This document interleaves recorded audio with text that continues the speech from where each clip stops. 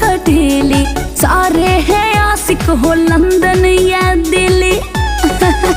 अरे क्या बताऊं, मेरी आंखें नशीली अदाएं कटीली, सारे हैं आशिक हो लंदन या दिल्ली।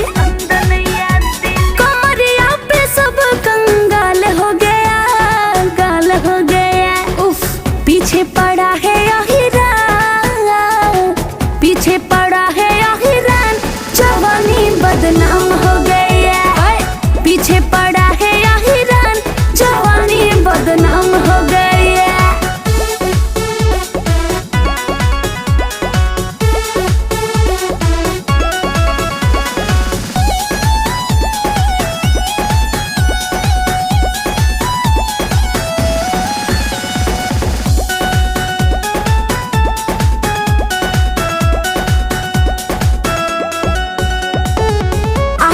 जाते हैं आशिक आवारे, मेरे लिए है अब तक कुंवारे।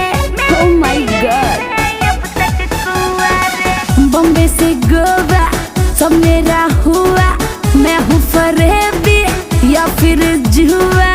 उलाला, मेरे चक्कर में पुनः हड़ताल हो गया, ताल हो गया।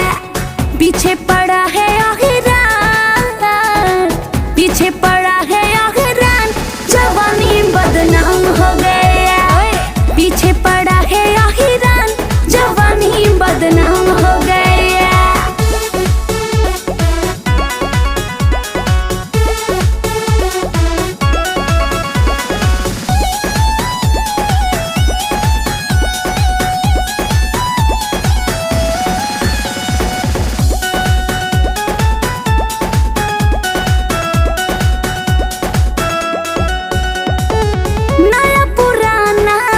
है दीवाना, मेरे लिए तो पागल जमाना।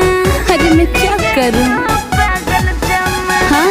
किसे बुलाए, किसे भगाए, किसको अपने दिल में बसाए है।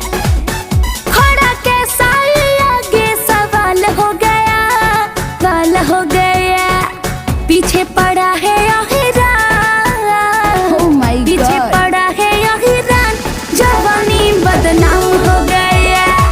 पीछे पड़ा है हीरान, जवानी बदनाम हो गया।